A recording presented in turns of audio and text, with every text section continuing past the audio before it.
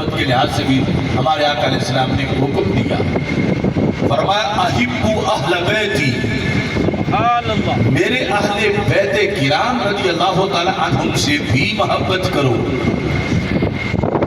یہ بھی فریضہ ہے۔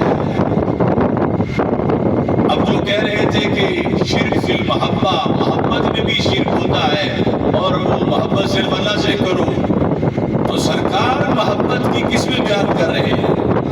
پلرز آف لو، کہ یہ اسلام میں یہ ساری محبتیں دین کے اندر لازم ہیں۔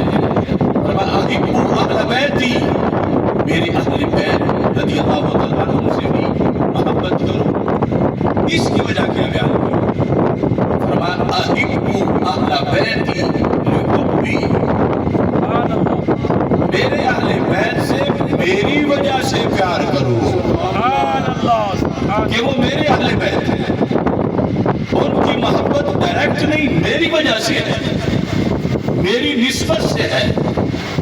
اس کے اندر بھی ہزاروں فتنوں سے محبوب علیہ السلام نے امت کو بچایا۔